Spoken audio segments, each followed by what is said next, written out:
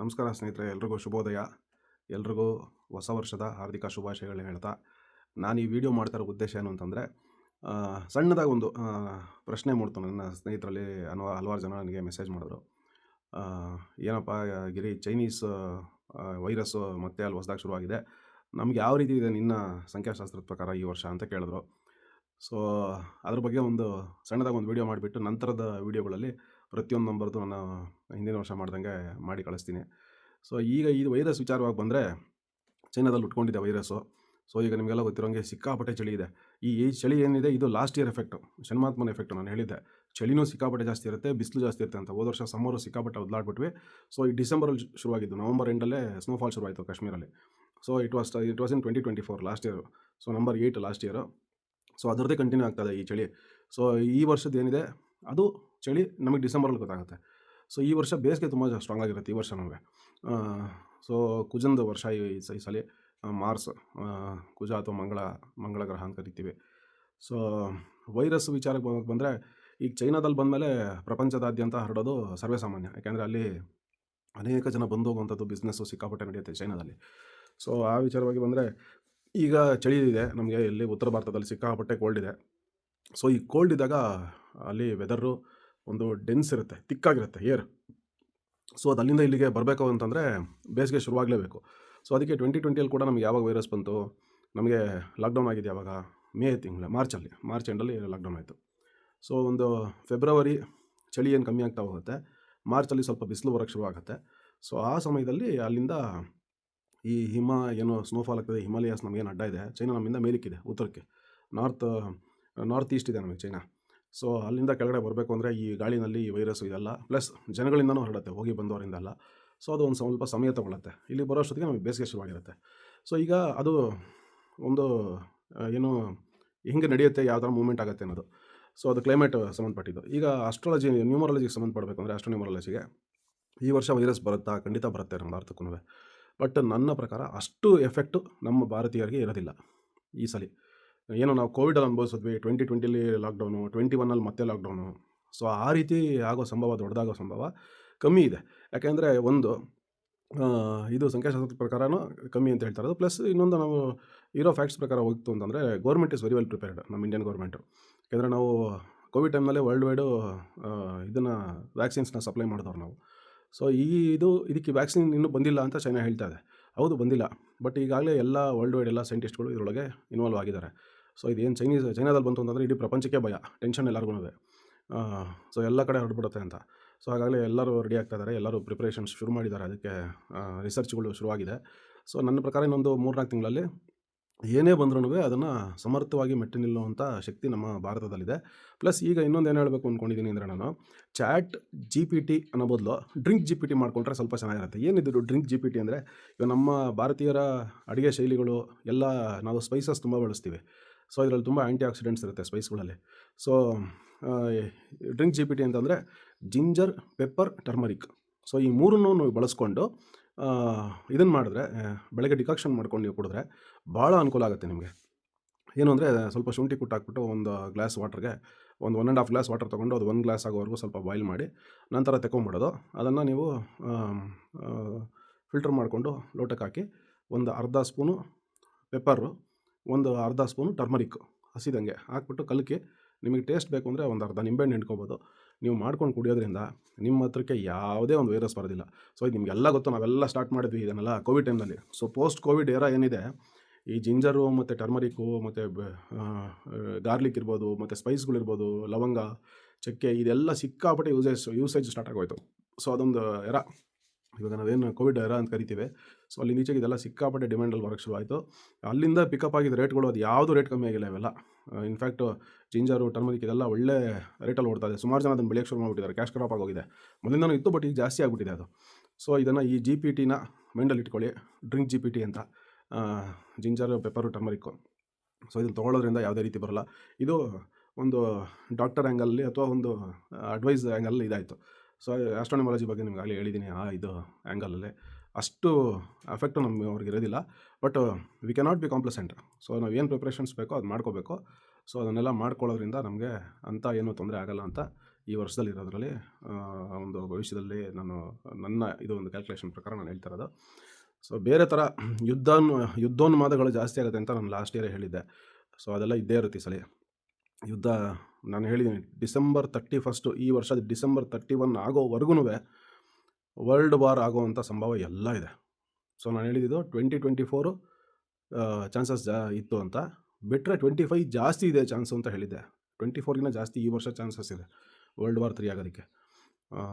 So ಆಮೇಲೆ European countries ಇರ್ಬೋದು, ಮತ್ತು ಅಮೆರಿಕಾಸ್ ಇರ್ಬೋದು, ಇದೆಲ್ಲ ಎಕಾನಮಿ ಸಿಕ್ಕಾಪಟ್ಟೆ ತೊಂದರೆ ಆಗುತ್ತೆ ಈ ವರ್ಷ. ಅವ್ರದ್ದೆಲ್ಲ ಎಕಾನಮಿಗಳು ಬಿದ್ದು ಚಿತ್ರಾನ್ನ ಆಗೋಗುತ್ತೆ. Asia will be the sole driver of the world economy ಈ ವರ್ಷ, Asia in particular India. So ಈ ವರ್ಷ ತುಂಬ ಜವಾಬ್ದಾರಿಗಳು, ಸ್ಟ್ರೆಸ್ಸು ಇದೆಲ್ಲ ಸಿಕ್ಕಾಪಟ್ಟೆ ಜಾಸ್ತಿ ಆಗುತ್ತೆ ಮೋದಿಯವ್ರಿಗೆ. ಮತ್ತು ಈ ವರ್ಷ ಬದಲಾವಣೆ ಆಗೋ ಸಂಭವನೂ ಇದೆ. ಮೋದಿಯವರು ಆ ಚರ್ಚೆನೂ ಬರುತ್ತೆ, ಅದು ಅವ್ರ ಮನಸ್ಸಿಗೂ ಬರ್ಬೋದು. ರಾಜರ ಸ್ಥಾನಗಳು ಸ್ವಲ್ಪ ಪಲ್ಲಟಾಗುವಂಥ ತುಂಬ ಚಾನ್ಸಸ್ ಇದೆ ಈ ವರ್ಷ. ರಾಜನ ಸ್ಥಾನದಲ್ಲಿ ಕೂತಿರೋರು ಬೇಡ ನನಗೆ ಸಾಕು, ಬೇರೆಯವ್ರಿಗೆ ಜವಾಬ್ದಾರಿ ಕೊಟ್ಬೋಣ, ನನಗಿದು ಬೇಡ ಅನ್ನಿಸ್ತದೆ ಅನ್ನುವಂಥ ಸಂಭವನೂ ತುಂಬ ಬರುತ್ತೆ. ಅದು CM ಆಗಿರ್ಬೋದು, PM ಆಗಿರ್ಬೋದು. ಭಾಳಷ್ಟು ಕಡೆ ಇದು ಆಗುತ್ತೆ. ಹೋದ ವರ್ಷ ಆಗಲೇ ಕೇಜ್ರಿವಾಲ್ ಅವರು ಅವ್ರದ್ದು ಮೇಲೆ ಸ್ಕ್ಯಾಮ್ ಆಗಿರೋದ್ರಿಂದ ಅವ್ರು ಇನ್ನೊಬ್ರು ಟ್ರಾನ್ಸ್ಫರ್ ಮಾಡಿದ್ರು. ಮತ್ತು ಈ ಸಲ ಎಲೆಕ್ಷನ್ ಆಗುತ್ತೆ, ನೋಡ್ಬೇಕು ಏನಾಗುತ್ತೆ ಅಂತ. ಸೊ ಆ ಟ್ರಾನ್ಸ್ಫರ್ ಆಫ್ ಪವರ್ಸು ಲಾಸ್ಟ್ ಇಯರಿಂದನೇ ಶುರುವಾಗಿದೆ, ಬಟ್ ಈ ಇಯರು ತುಂಬ ಆಗುತ್ತೆ. ದೊಡ್ಡ ದೊಡ್ಡ ಸ್ಥಾನಗಳಲ್ಲಿ, ಹುದ್ದೆಗಳಲ್ಲೂ ಆಗುತ್ತೆ. ಇವರು ಜೈಶಂಕರ್ ಅವ್ರಿಗೆ ಅವರು ಈಸ್ ನಂಬರ್ 9. ಆ ಥರ ನಂಬರ್ 9 ಅವರು ತುಂಬ ಜನ ಮಿಂಚ್ತಾರೆ ಈ ವರ್ಷ. ಜೆರ್ಸಿ ಮೇಲೆ ನಂಬರ್ 9 ಇರೋದಿರ್ಬೋದು, 18, 9 ಅಥವಾ 63 ಅಥವಾ 54, 45 ಅವರೆಲ್ಲ ಚೆನ್ನಾಗಿದೆ. ಸ್ವಲ್ಪ ವೆಯ್ಟ್ ಮಾಡಬೇಕು, ಪೇಷನ್ಸ್ ಬೇಕು. ಫಾರ್ ಎಕ್ಸಾಂಪಲು ಕೊಹ್ಲಿನೂ ನಂಬರ್ 18 ಜೆರ್ಸಿ, ರೋಹಿತ್ ಶರ್ಮಾ ಅವ್ರದ್ದು 45 ನಂಬರ್ ಜೆರ್ಸಿ. ಸೊ ನಂಬರ್ 9 ಬಂದಿದೆ, ಅವರೆಲ್ಲ ಸ್ವಲ್ಪ ವೆಯ್ಟ್ ಮಾಡಬೇಕಾಗತ್ತೆ. ಅದೇ ರೀತಿ ನಂಬರ್ 8 ಅವರು ಈ ವರ್ಷ ಸ್ಪೋರ್ಟ್ಸಲ್ಲಿರೋರಿಗೆ ಅವ್ರಿಗೂ ಚೆನ್ನಾಗೇ ಇದೆ. ಸೊ ಈ ಥರ ಸ್ವಲ್ಪ ನಿಮಗೆ ಒಂದು ಮುನ್ನೋಟ ಕೊಡ್ತಾಯಿದ್ದೀನಿ, ಒಂದು ಸ್ಮಾಲ್ ಸ್ನಿಕ್ ಪೀಕ್ ಅಂತಾರಲ್ಲ, ಸೊ ಆ ಟೈಪು. ಇನ್ನು ಗೋಲ್ಡು, ಸಿಲ್ವರು ಇದೆಲ್ಲ ಇನ್ವೆಸ್ಟ್ಮೆಂಟ್ಗೆ ಭಾಳ ಒಳ್ಳೆಯದು. Silver will be the new gold this year. Silver will be the new gold. Platinum ಮೇಲೆ ಇನ್ವೆಸ್ಟ್ ಮಾಡೋದಕ್ಕಿಂತ ಸಿಲ್ವರ್ ಮೇಲೆ ಇನ್ವೆಸ್ಟ್ ಮಾಡಿ, ಎರಡು ಒಂದೇ ಥರ ಕಾಣುತ್ತೆ. ಸೊ ಅಷ್ಟೇನು ಡಿಫ್ರೆನ್ಸ್ ಏನಿಲ್ಲ. ಸೊ ಅದು ಸ್ವಲ್ಪ ಪಾಲಿಶ್ಡ್ ಆಗಿರುತ್ತೆ, ಮ್ಯಾಟ್ ಫಿನಿಶ್ ಇರುತ್ತೆ ಪ್ಲಾಟಿನಮ್ಮು, ಇದು ಸ್ವಲ್ಪ ಗ್ಲಾಸಿ ಫಿನಿಶ್ ಇರುತ್ತೆ ಸಿಲ್ವರ್ ಅಷ್ಟೇ. ನಾನು ಒಂದು ಇದರ ಟೀ ಕುಡ್ ನಾವು ಡೋರ್ಗಳಿಗೆ ಪಾಲಿಷ್ ಮಾಡಿಸ್ತೀವಲ್ಲ, ಆ ಆ್ಯಂಗಲಲ್ಲಿ ಹೇಳಿದೆ. ಸೊ ಈಸಿಯಾಗಿ ನಿಮ್ಗೆ ಅರ್ಥ ಆಗುತ್ತೆ ಅಂತ. ಎಲ್ಲ ಇನ್ವೆಸ್ಟ್ಮೆಂಟ್ಗೆ ಅದು ಮಾಡ್ಬೋದು. ಶೇರ್ಸಲ್ಲಿ ಇನ್ವೆಸ್ಟ್ಮೆಂಟ್ ಮಾಡೋರು ಸ್ವಲ್ಪ ಹುಷಾರಾಗಿ ಮಾಡಬೇಕು ಈ ವರ್ಷ. ಇದರಲ್ಲಿ ಸಿಕ್ಕಾಪಟ್ಟೆ ಫ್ಲಕ್ಚುಯೇಷನ್ಸ್ ಆಗುತ್ತೆ, ಹೆವಿ ಲಾಸಸ್ಸು, ಹೆವಿ ಇದು ಟ್ರಾನ್ಸಾಕ್ಷನ್ಸು, ತುಂಬ ಏರಿಳಿತಗಳಿರುತ್ತೆ, ಸಿಕ್ಕಾಪಟ್ಟೆ ಅಪ್ಸ್ ಆ್ಯಂಡ್ ಡೌನ್ಸ್ ಇರುತ್ತೆ ಶೇರ್ ಮಾರ್ಕೆಟಲ್ಲಿ. ಪೇಷನ್ಸ್ ಇದ್ದವ್ರು ಮಾತ್ರ ಅದಕ್ಕೆ ಎಂಟ್ರ್ ಆಗಬೇಕು, ಇಲ್ಲದಿದ್ದರೆ ಯಾರು ಎಂಟ್ರ್ ಆಗಕ್ಕೆ ಹೋಗ್ಬೇಡಿ. ರಿಯಲ್ ಎಸ್ಟೇಟು ಅಷ್ಟೇ. ಈ 2024 ಬಂದಷ್ಟು ರಿಟರ್ನ್ಸು, ಬಂದಷ್ಟು ಟ್ರಾನ್ಸಾಕ್ಷನ್ಸು ಈ ವರ್ಷ ಅಷ್ಟು ನಡೆಯೋದಿಲ್ಲ. ಸ್ವಲ್ಪ ತಾಳ್ಮೆ ವಹಿಸಿ ಇನ್ವೆಸ್ಟ್ಮೆಂಟ್ ಮಾಡಬೇಕು ರಿಯಲ್ ಎಸ್ಟೇಟ್ನಲ್ಲಿ. ಇನ್ನು ಬೇರೆ ವಿಚಾರಗಳಿಗೆ ಬಂತು ಅಂತಂದರೆ, ಯಾವುದು ಸ್ಪೋರ್ಟ್ಸ್ದೆಲ್ಲ ನಾನು ನಿಮಗೆ ಹೇಳಿದೆ. India will excel in most of the sports ಈ ವರ್ಷ. ಮತ್ತು ಈಗ ಫಿಲಮ್ ಇಂಡಸ್ಟ್ರಿ ಏನಿದೆ ಅದು, ಅದರಲ್ಲೂ ಅಷ್ಟೇ 9ನೇ ನಂಬರ್ ಅವ್ರದ್ದು ಸ್ವಲ್ಪ ರೂಲಿಂಗ್ ಜಾಸ್ತಿನೇ ಇರುತ್ತೆ. ನ್ಯೂಸಲ್ಲಿ ಇರ್ತಾರೆ, ಹಲವಾರು ಜನ ಬರ್ತಾರೆ. ನಯನತಾರ ಇರ್ಬೋದು, ಅಕ್ಷಯ್ ಕುಮಾರು, ಸಲ್ಮಾನ್ ಖಾನು, ಸೊ ಇವ್ರದ್ದೆಲ್ಲ ಭಾಳಷ್ಟು ನ್ಯೂಸಲ್ಲಿ ಇರ್ತಾರೆ. ಆಮೇಲೆ ನಂಬರ್ 5 ಅವ್ರಿಗೂ ಈ ವರ್ಷ ತುಂಬ ಚೆನ್ನಾಗಿದೆ. ನಂಬರ್ 5, ನಂಬರ್ 3ನೂ ಅಷ್ಟೇ, they will be do good this year. So ಈಗ ರೋಹಿತ್ ಶರ್ಮಾ ಅವ್ರಿಗೆ ನೋಡಬೇಕು, ಈ ವರ್ಷ ಸ್ವಲ್ಪ ಏನಾದ್ರು ಆಗ್ಬೋದು. ಬಟ್ ಈಗಾಗಲೇ ಸ್ಟಾರ್ಟ್ ಆಫ್ ದ ಇಯರ್ ಚೆನ್ನಾಗಿಲ್ಲ, ಅವ್ರು ಡ್ರಾಪ್ ಆದರು. ಬಟ್ ಅವರು ಸ್ವಲ್ಪ ಪೇಷನ್ಸ್ ಇಟ್ಕೋಬೇಕು. ದಿಢೀರಂತ ಅವರು ಇವಾಗ ರಿಸಿಗ್ನೇಷನ್ ಕೊಡೋ ಬದಲು ಸ್ವಲ್ಪ ವೆಯ್ಟ್ ಮಾಡಿ ನೋಡಿದ್ರೆ ಸ್ವಲ್ಪ ಇನ್ಕ್ರೀಸ್ ಆಗುತ್ತೆ. ಸೊ ಅದೇ ರೀತಿ DK ಶಿವಕುಮಾರ್ ಅವ್ರಿಗೆ ಮುಖ್ಯಮಂತ್ರಿ ಆಗೋ ಚಾನ್ಸ್ ಇದೆಯಾ? ಇದನ್ನೊಂದು 3-4 ಜನ ನನ್ನ ಸ್ನೇಹಿತರು ಕೇಳಿದ್ರು ನನಗೆ, ಹೆಂಗಿದೆ ಗುರು ಅಂತ. ಅವ್ರ ಜಾತಕ ನಾನು ಈಗಾಗಲೇ ನಿಮಗೆ ವೀಡಿಯೋಗಳಲ್ಲಿ ಲಿಂಕಲ್ಲಿ ನೀವು ಕೆಳಗಡೆ ನೋಡಿದ್ರೆ ಅವ್ರ ವೀಡಿಯೋ ಸಿಗುತ್ತೆ ನಿಮಗೆ. ಅವರು ಜಾತಕ ತುಂಬ ಸ್ಟ್ರಾಂಗ್ ಆಗಿದೆ, ತುಂಬ ಚೆನ್ನಾಗಿದೆ. ನಾನು ಹೇಳ್ತಾ ಇರೋದು ಬರೀ ಈ ವರ್ಷ, ಲಾಸ್ಟ್ ಇಯರ್ದಲ್ಲ, ಅದು ಅದರ ಲಾಸ್ಟ್ ಇಯರ್ ನಾನು ಮಾಡಿದ ವೀಡಿಯೋ ಅವ್ರದ್ದು. 2023 ಏನೋ ಮಾಡಿದ್ದೀನಿ ನಾನು ವೀಡಿಯೋ ಅವ್ರದ್ದು. ಆ 2023 ಹಿಡಿದು ಹೆಚ್ಚು ಕಮ್ಮಿ ಇನ್ನೂ 4-5 ವರ್ಷ ಅವ್ರಿಗೆ ತುಂಬ ಅದ್ಭುತವಾಗಿದೆ ಜಾತಕ. ಅವರು each day he becomes very strong, ಇನ್ನೂ ಸ್ಟ್ರಾಂಗ್ ಆಗ್ತಾ ಹೋಗ್ತಾರೆ ಅವರು. ಸೊ ಅವ್ರಿಗೆ ಮುಖ್ಯಮಂತ್ರಿ ಸ್ಥಾನದಲ್ಲಿ ಕೂತ್ಕೊಳ್ಳೋಂಥ ಸಂದರ್ಭ ಇದೆಯಾ? ಚಾನ್ಸಸ್ ಒಂದು 55% ಇದೆ ಅಂತ ನಾನು ಹೇಳ್ತೀನಿ. Out of 100 55%. ಸೊ 45% ಇಲ್ಲ ಅನ್ನೋದು, ಬಟ್ 55 ಜಾಸ್ತಿ ಇರೋದ್ರಿಂದ ಅವ್ರಿಗೆ ಸ್ವಲ್ಪ ಚಾನ್ಸಸ್ ಇದೆ ಅವ್ರಿಗೆ. ಅದೇ ಹೇಳಿದ್ನಲ್ಲ, ರಾಜನ ಸ್ಥಾನಗಳಲ್ಲಿ ಸ್ವಲ್ಪ ಏರುಪೇರುಗಳಾಗುತ್ತೆ. ಸೊ ಆ ಥರ ಆದಾಗ ಅವ್ರಿಗಿದೆ. ಆ್ಯಕ್ಚುಲಿ ಅವ್ರು ಬರ್ತ್ ನಂಬರ್ 6. ಸೊ 6, 9 ಅಂದರೆ ಅದೆಲ್ಲ ಎರಡು ಉಲ್ಟಾ. 6 ಹಿಂಗೆ ಬರೆದ್ರೆ 9 ಹಿಂಗೆ ಬರುತ್ತೆ, ಮಿರರ್ ಇಮೇಜ್. ಸೊ ಉಲ್ಟಾ ಇರುತ್ತೆ. ಸ್ವಲ್ಪ ಅಪ್ಸ್ ಆ್ಯಂಡ್ ಡೌನ್ಸ್ ಅವ್ರಿಗೂ ಕಾಣಬೇಕಾಗತ್ತೆ. ಅವ್ರಿಗೆ ಏನಾದ್ರು ತೊಂದರೆ ಆಗುವಂಥದ್ದು, ಅವ್ರದ್ದು ಲೀಗಲ್ ಏನಿದೆ ಬ್ಯಾಟ್ಲ್ಗಳು, ಇವಾಗ ಅವರು ಬೇಲ್ ಮೇಲೆ ಏನಿದ್ದಾರೆ ಅದರದ್ದೇ ಮತ್ತೆ ರಿವರ್ಸ್ ಆಗುವಂಥ ಸಂದರ್ಭವೂ ಅವ್ರಿಗೆ ಪೋಸ್ಟ್ ಜೂನ್, ಜುಲೈ ಅಥವಾ ಆಗಸ್ಟು ಈ ಟೈಮಿಂದ ಜೂನಿಂದ ಆಗಸ್ಟ್ವರೆಗೂ ಡಿ ಕೆ ಶಿವಕುಮಾರ್‌ವ್ರಿಗೂ ಇದೆ. ಸೊ ಅವರು ಆ ಟೈಮಲ್ಲಿ ಸ್ವಲ್ಪ ಎಚ್ಚರಿಕೆ ಇರಬೇಕು. ಜೂನಿಂದ ಆಗಸ್ಟ್ ಆ 3 ತಿಂಗಳು ಜೂನ್, ಜುಲೈ ಮತ್ತು ಆಗಸ್ಟು ಈ 3 ತಿಂಗಳಲ್ಲಿ ಅವ್ರಿಗೆ ಸ್ವಲ್ಪ ಮತ್ತೆ ಈ ಕೇಸ್ಗಳೆಲ್ಲ ಸ್ವಲ್ಪ ಎದ್ದೇಳೋದು, ಅವ್ರದ್ದು ಹಳೆ ಕೇಸ್ಗಳೆಲ್ಲ ಎದ್ದು ಬರೋದು, ಈ ಥರದ್ದೆಲ್ಲ ತೊಂದರೆಗಳಿದೆ ಅವ್ರೂ. ಸೊ ಅದನ್ನು ಅವ್ರು ನಿಭಾಯಿಸ್ಕೊಂಡ್ರೆ ನೆಕ್ಸ್ಟ್ ಇದು ಈ ಇಯರ್ ಎಂಡ್ ಅಷ್ಟೊತ್ತಿಗೆ ಸ್ವಲ್ಪ ಅಕ್ಟೋಬರ್, ನವಂಬರ್ ಅಷ್ಟೊತ್ತಿಗೆ ಚಾನ್ಸಸ್ ಇದೆ ಅವ್ರಿಗೆ.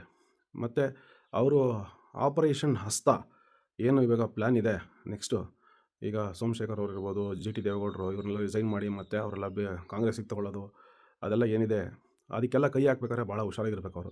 ಈ ವರ್ಷ ಮಾಡದೇ ಇರೋದೇ ಒಳಿತು ಅಂತ ನನಗನ್ಸುತ್ತೆ.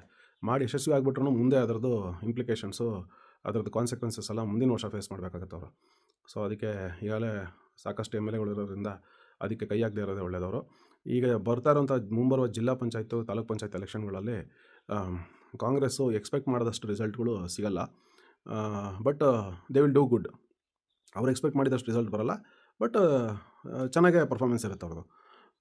ಮತ್ತು ಇನ್ನು ಕಾರ್ಪೊರೇಟ್ ಎಲೆಕ್ಷನ್ ಏನಾದರೂ ನಡೆದರೆ ಬೆಂಗಳೂರಲ್ಲಿ ಆಲ್ಮೋಸ್ಟು ಫೈಟ್ ಈಕ್ವಲ್ ಆಗಿರುತ್ತೆ.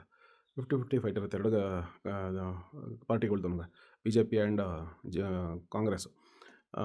ಜೆ ಡಿ ಎಸ್ಸು ಅಷ್ಟು ಪರ್ಫಾರ್ಮೆನ್ಸ್ ಇರೋದಿಲ್ಲ. ಜೆ ಡಿ ಎಸ್ಗೆ ಈ ವರ್ಷ ಡೌನ್ಫಾಲೇ ಜಾಸ್ತಿ ಈ ವರ್ಷವೂ.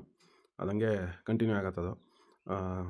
ಡಾಮಿನೋಸ್ ಎಫೆಕ್ಟ್ ಅಂತಾರಲ್ಲ, ಅದು ಬೀಳಕ್ಕೆ ಶುರು ಆದಮೇಲೆ ಹಂಗೆ ಕಂಟಿನ್ಯೂಸ್ ಆಗಿ ಬೀಳ್ತಾ ಇರುತ್ತೆ. ಸೊ ಆ ಥರ ಒಂದು ಇದರಲ್ಲಿದೆ ಇವಾಗ ಜೆ ಡಿ ಎಸ್.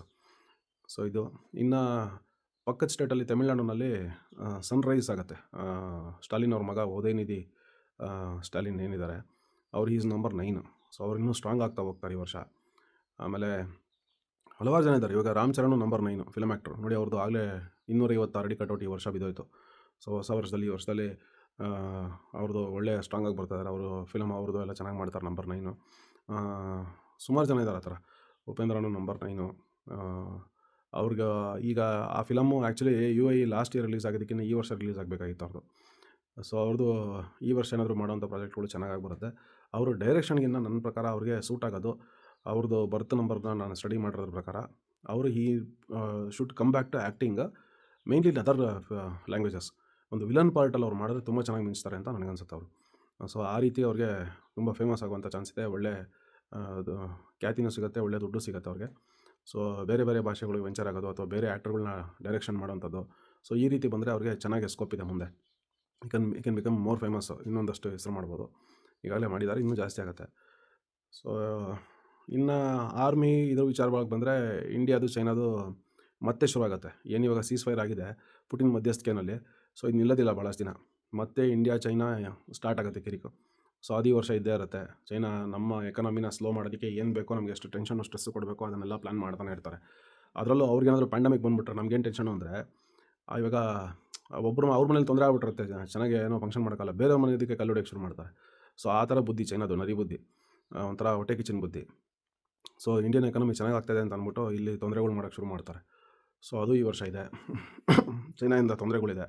ಮತ್ತು ಇನ್ನು ಓವರಾಲಾಗಿ ಹೇಳಬೇಕು ಅಂದರೆ ಹೆಲ್ತ್ ವೈಸು ಎಲ್ಲರೂ ಸ್ವಲ್ಪ ಈ ವರ್ಷ ಟೆನ್ಷನ್ಸು, ಸ್ಟ್ರೆಸ್ಸು, ಹೆಡೇಕ್ಸು ಇದೆಲ್ಲ ಸ್ವಲ್ಪ ಕಮ್ಮಿ ಮಾಡ್ಕೋಬೇಕು. ಇದಕ್ಕೆ ಕಡೆ ಜಾಸ್ತಿ ಜನ ಗಮನ ಕೊಡಬೇಕಾಗತ್ತೆ. ಭಾಳಷ್ಟು ಜನ ಡಿಪ್ರೆಷನ್ಗೆ ಹೋಗೋದು ಈ ಥರದ್ದೆಲ್ಲ ತುಂಬ ಆಗುತ್ತೆ ಈ ಸಲ. ಮೇಯ್ನು ಮೆಂಟಲಿ ಸ್ವಲ್ಪ ಎಲ್ಲರೂ ಇದಾಗ್ತಾ ಹೋಗ್ತಾರೆ, ಸ್ಟ್ರೆಸ್ಗೊಳಗಾಗ್ತಾರೆ. ಮನೆ ನಡೆಸೋವಂಥ ಒಂದು ಗಂಡಸಿರ್ಬೋದು, ಮಕ್ಕಳನ್ನ ನೋಡ್ಕೊಳ್ಳೋಂಥ ತಾಯಿ ಇರ್ಬೋದು, ಪ್ರತಿಯೊಬ್ಬರು ಆಚೆ ಕಡೆ ಕೆಲಸ ಮಾಡೋ ಒಂದು ಎಂಪ್ಲಾಯಿ ಇರ್ಬೋದು, ಎಲ್ರಿಗೂ ಟಾರ್ಗೆಟ್ ಅಚೀವ್ ಮಾಡಬೇಕು, ಸ್ಟ್ರೆಸ್ಸು, ಟೆನ್ಷನ್ನು, ರಶ್ಶಲ್ಲಿರ್ತಾರೆ ಜನ. ಆ ಥರದಲ್ಲಿರ್ತಾರೆ. ಬೇಗೆಲ್ಲ ಮುಗಿಸ್ಬಿಡ್ಬೇಕು, ಬೇಗೆಲ್ಲ ಆಗ್ಬಿಡ್ಬೇಕು, ನಮ್ಗೆ ಇದಾಗ್ಬಿಡ್ಬೇಕು, ಅದಾಗ್ಬಿಡ್ಬೇಕು ಅಂತ. ಸೊ ಇದಿರುತ್ತೆ. ಆಮೇಲೆ ಧಾರ್ಮಿಕ ಇದರಲ್ಲಿ ಚಿಂತನೆಗಳು, ಪ್ರತಿಯೊಬ್ಬರು ತಮ್ಮ ಧರ್ಮನ ಕಾಪಾಡ್ಕೋಬೇಕು, ತಮ್ಮ ಜಾತಿನ ಕಾಪಾಡ್ಕೋಬೇಕು ಅನ್ನೋದು ಈ ವರ್ಷ ಜಾಸ್ತಿ ಆಗುತ್ತೆ ಈ ವರ್ಷ. ಸೊ ಅದರಲ್ಲಿ ಭಾಳಷ್ಟು ಜನ ಇನ್ವಾಲ್ವ್ ಆಗ್ತಾರೆ, ತಮ್ಮನ್ನು ತಾವು ತೊಡಗಿಸ್ಕೊಳ್ತಾರೆ. ಸೊ ಅದು ಇದ್ದೇ ಇರುತ್ತೆ ಧರ್ಮದ ಗಲಾಟೆಗಳು. ಆಮೇಲೆ ಮುಸ್ಲಿಂ ಸಮುದಾಯಕ್ಕೆ ಏನಿದೆ ಪ್ರಪಂಚದಾದ್ಯಂತ, ಅದರಲ್ಲೂ ಮೇನ್ಲಿ ಮಿಡ್ಲ್ ಈಸ್ಟು, ಇಲ್ಲಿ ಏಟುಗಳು ಬೀಳೋದು ಇನ್ನೂ ಜಾಸ್ತಿ ಆಗ್ತಾನೇ ಹೋಗುತ್ತೆ. ಆಮೇಲೆ ಈ ರಷ್ಯಾ ಮತ್ತು ಯುಕ್ರೇನ್ ವಾರು ಒಂದು ತಾರ್ಕಿಕ ಅಂತ್ಯಕ್ಕೆ ವರ್ಷ ಬರೋ ಸಂಭವ ಇದೆ ಅದು. ಸೊ ಅದು ಬಂದ್ಬಿಡ್ತು ಅಂತಂದರೆ ನಮಗೆ ವರ್ಲ್ಡ್ ವಾರ್ದು 50% ಚಾನ್ಸಸ್ ಡ್ರಾಪ್ ಆಗೋಗುತ್ತೆ. ಪುಟಿನ್ ಸೈಲೆಂಟ್ ಆಗೋದ್ರೆ, ಯುರೋಪಿಯನ್ ಯೂನಿಯನ್ ಅವ್ರನ್ನ ಕೆಣಗ್ದೇ ಇದ್ದರೆ, ಅವ್ರಿಗೆ ತೊಂದರೆ ಮಾಡದೇ ಇದ್ದರೆ, ನೋಡಿ ಇವಾಗ ಅವರಿಗೆ ಹಂಗೇರಿ ಕ್ಲೋಸು ಅಂತ ಅಂದ್ಬಿಟ್ಟು ಹಂಗೇರಿಗೆ ಹೋಗಬೇಕಾಗಿದ್ದಂಥ ಯುರೋಪಿಯನ್ ಯೂನಿಯನ್ ಫಂಡ್ಸ್ನೆಲ್ಲ ಸ್ಟಾಪ್ ಮಾಡಿಬಿಟ್ರು. ಸೊ ಆ ಥರ ಅವ್ರಿಗೆ ಪಾರ್ಟ್ನರ್ಸ್ ಇರುವಂಥ ಕಂಟ್ರಿಗಳನ್ನೆಲ್ಲ ಯುರೋಪ್ ಟಾರ್ಗೆಟ್ ಮಾಡೋದು, ಇವ್ರು ಅವ್ರನ್ನ ಟಾರ್ಗೆಟ್ ಮಾಡೋದು. ಈ ಟ್ರೇಡ್ ವಾರಿಂದನೇ ಫಿಸಿಕಲ್ ವಾರ್ಗೆ ಹೋಗೋದು ಎಲ್ಲರೂ. ಟ್ರೇಡ್ ವಾರ್ ಫಸ್ಟ್ ಶುರುವಾಗುತ್ತೆ. ಒಬ್ಬರು ದುಡ್ಡನ್ನ ಒಬ್ಬರು ಬ್ಲಾಕ್ ಮಾಡೋಕ್ಕೆ ಸ್ಟಾರ್ಟ್ ಮಾಡ್ತಾರೆ. ಆಗ ಹೊಡೆದಾಟ ಗಲಾಟೆಗಳು ಶುರುವಾಗುತ್ತೆ. ಸೊ ಇದನ್ನು ಯುರೋಪಿಯನ್ ಯೂನಿಯನ್ ಅವರು ಅವ್ರ ಎಕನಾಮಿಗೆ ಬಿತ್ತು ಅಂತ ಅಂದ್ಬಿಟ್ಟು ಬೇರೆಯವ್ರ ಎಕನಾಮಿಗಳಿಗೆ ಕೈ ಹಾಕಕ್ಕೆ ಶುರು ಮಾಡೋದು. ಸೊ ಈ ರೀತಿ ಅಂಟ್ಕೊತಾ ಹೋಗುತ್ತೆ. ಸೊ ದುಡ್ಡಿಂದನೇ ಎಲ್ಲ. ಸೊ ಅವ್ರ ದುಡ್ಡಿಗೆ ಇವ್ರು ಅಡ್ಡ ಹಾಕಿದಾಗ ಅವರು ಬೇರೆ ರೀತಿ ರಿಯಾಕ್ಟ್ ಮಾಡೋದು ಅಥವಾ ರೆಸ್ಪಾನ್ಸ್ ಕೊಡ್ತಾರೆ. ಸೊ ಇದು ಎಲ್ಲ ತುಂಬ ಜಾಸ್ತಿ ಇರುತ್ತೆ ಈ ವರ್ಷ. ಬಟ್ ಅದೇ ರೀತಿಯೇ ವಾರು ನಿಲ್ಲುವಂಥ ಸಂಭವನೂ ಪೋಸ್ಟ್ ಮೇ ಇಂದ ಜೂನ್, ಈ ಮೇ ಟು ಜೂನಲ್ಲಿ ಸಂಭವ ಇದೆ ಒಂದು ಸ್ಟಾಪ್ ಆಗೋವಂಥದ್ದು. ಈಗಿಂದನೇ ಮಾತುಕತೆ ಶುರುವಾದರೆ ಇನ್ನೊಂದು 3-4 ತಿಂಗಳು ತೊಗೊಳತ್ತದು. ಅದಾದಮೇಲೆ ಆ ಟೈಮ್ನಲ್ಲಿ ಆಗೋ ಸಂಭವ ಇದೆ. ಅದಾಗಲಿಲ್ಲ ಅಂದರೆ ಇನ್ನೂ ಎಲ್ಲಿಗೆ ಹೋಗುತ್ತೆ ಅಂತ ಹೇಳೋಕ್ಕಾಗಲ್ಲ. ಬೇಗ ಆದಷ್ಟು ಒಳ್ಳೆಯದದು. ಸೊ ಇದಿಷ್ಟು. ಇನ್ನು ಮುಂದಿನ ವೀಡಿಯೋದಲ್ಲಿ ಫುಲ್ ಡೀಟೇಲಾಗಿ ಕೊಡ್ತೀನಿ. ಸಣ್ಣದಾಗಿ ಇದ್ರ ಬಗ್ಗೆ ಹೇಳಕ್ಕೆ ಹೋಗಿದ್ದು, ಇಷ್ಟೊಂದು ಮಾತಾಡ್ಕೊಂಡು ಕೂತ್ಕೊಂಡ್ಬಿಟ್ಟೆ ನಾನು. ಸೊ ಎಲ್ರಿಗೂ ಹ್ಯಾಪಿ ನ್ಯೂ ಇಯರ್ ಹೇಳ್ತಾ, happy first weekend of this year ಎಲ್ರಿಗೂ. ಪ್ರತಿಯೊಬ್ಬರು ದೇವರು ಒಳ್ಳೇದು ಮಾಡಲಿ ಅಂತ ಕೇಳ್ಕೊತ ನಮಸ್ಕಾರ, ಧನ್ಯವಾದಗಳು, ಶುಭ ದಿನ.